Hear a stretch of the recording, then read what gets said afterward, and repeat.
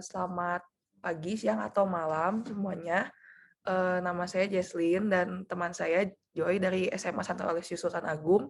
Hari ini akan mempresentasikan tentang pencarian daya baterai buah dari jeruk nipis. Presentasi kami hari ini dibagi menjadi 5 bagian, yaitu pendahuluan, teori, eksperimen, hasil dan pembahasan, dan kesimpulan. Saya akan mulai dari pendahuluannya.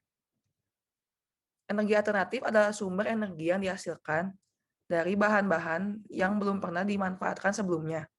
Salah satu contohnya adalah biobaterai. Biobaterai adalah satu alat yang menghasilkan energi listrik yang bersumber dari makhluk hidup seperti buah-buahan. Hal ini didasari oleh elektrolit baterai yang bersifat asam. Maka dari itu, buah yang bersifat asam dan mengandung banyak KCl seperti jeruk dapat dijadikan alternatif elektrolit.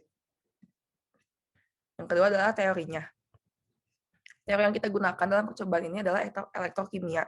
Elektrokimia adalah pemisahan muatan yang terjadi di dalam media cair seperti larutan, menerapkan prinsip reaksi oksidasi dan reduksi, dan melibatkan dua buah elektroda penghantar yaitu anoda dan katoda. Bagian dari elektrokimia adalah sel volta. Sel volta adalah sel elektrokimia yang di dalamnya terjadi reaksi kimia yang menghasilkan energi listrik proporsional. Katoda merupakan kutub positif, yang merupakan tempat terjadinya reduksi. Anoda merupakan kutub negatif, yang merupakan tempat terjadinya oksidasi. Rumusnya sebagai berikut, E0 sel volta sama dengan E0 katoda minus E0 anoda. Atau sama saja dengan E0 sel volta sama dengan E0 reduksi dikurangi oleh E0 oksidasi. Sel volta banyak digunakan dalam industri akumulator dan berbagai baterai. Prinsip kerja sel volta sebagai berikut.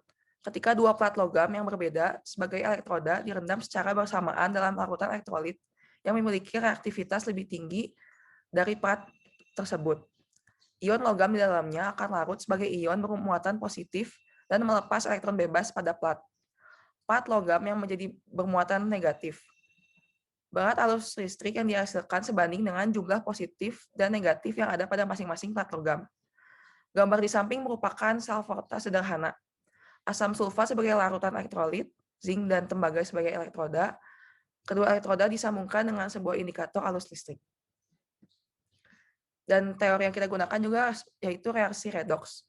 Reaksi yang terjadi dalam sel yang tadi adalah pada larutan H2SO4 menjadi H2+ tambah SO4 2- yang merupakan reaksi reduksi. Zn2+ ditambah SO4 2- menjadi ZnO4.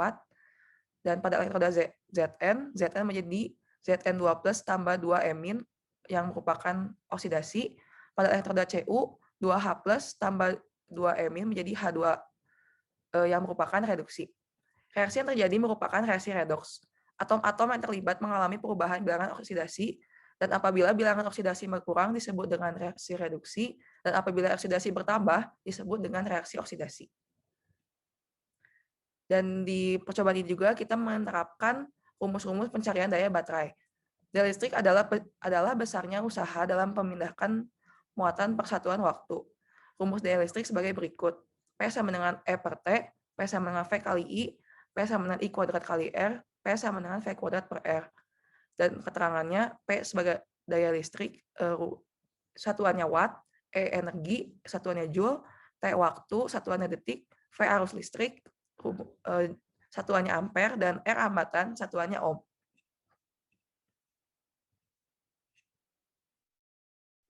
Yang ketiga adalah eksperimen. Eksperimen yang kami gunakan menggunakan air jeruk nipis sebanyak 20 ml, terdapat 4 variasi. Yang pertama, air jeruk nipis segar dengan pH 1,2, air jeruk fermentasi 24 jam dengan pH 1,5, air jeruk fermentasi 48 jam dengan pH 1,8, dan yang terakhir, air jeruk busuk dengan pH 2. pH diukur menggunakan kertas pH universal sehingga tidak terlalu akurat. Angka pH didapatkan dari perbandingan warna kertas pH. Rangkaian yang kami buat, elektroda negatif dan positif dihubungkan dengan penjepit buaya. Multimeter digunakan untuk mendapatkan nilai arus dan tegangan. resistor yang kami gunakan dari antara 0 sampai 10.000 ohm digunakan sebagai beban tambahan. Setiap sel diisi dengan sari jeruk yang sudah diberi perlakuan. Sel elektrolisis dibuat menggunakan bahan akrilik berbentuk balok tipis tanpa tutup. Di sini katoda yang berperan adalah Cu, anoda yang berperan adalah Zn. Bisa dilihat gambarnya. Yang keempat adalah hasil dan pembahasan. Reaksi yang terjadi dalam sel adalah sebagai berikut. Pada larutan adalah seng plus asam sitrat menjadi seng sitrat plus hidrogen. Pada elektroda Zn, seng menjadi Zn2+ tambah 2 anion sebagai oksidasi. Pada elektroda Cu, 2H+ plus 2 anion jadi H2 sebagai reduksi. Ini adalah grafik dari percobaan kami dengan perbandingan daya terhadap hambatan untuk pH 1,2. Yang ini adalah perbandingan daya terhadap hambatan untuk pH 1,5. Setelah ini, perbandingan daya terhadap hambatan untuk pH 1,8. Dan yang terakhir ada perbandingan daya terhadap hambatan untuk pH 2. Grafik daya terhadap hambatan untuk semua variasi. Jadi data seluruh variasi mempunyai tren naik turun yang cenderung hampir sama, kecuali pada data pH 1,2. Grafik mencapai puncaknya pada hambatan 10 ohm, dan nilai terendah ada di hambatan 0 ohm. Yang kelima, kesimpulan dan saran. Tegangan maksimum yang dihasilkan dari air jeruk lemon segar dengan pH 1,2 pada hambatan 0 ohm sebesar 1,03 volt. Dari perhitungan rumus P sama dengan V kali I, didapatkan daya maksimum sebesar 0,00172424 watt pada hambatan 0 ohm yang dihasilkan dari air jeruk lemon fermentasi 48 jam. Tegangan yang dihasilkan berbanding terbalik terhadap pH. Tidak didapatkan pola dari perbandingan pH terhadap daya dari data-data. Yang terakhir ada saran, pengukuran pH lebih baik menggunakan pH meter untuk mendapatkan pH yang lebih akurat. Yang kedua, diperlukan ketelitian dalam mengambil data dari multimeter. Seng dan tembaga yang digunakan juga harus bebas dari noda seperti karat.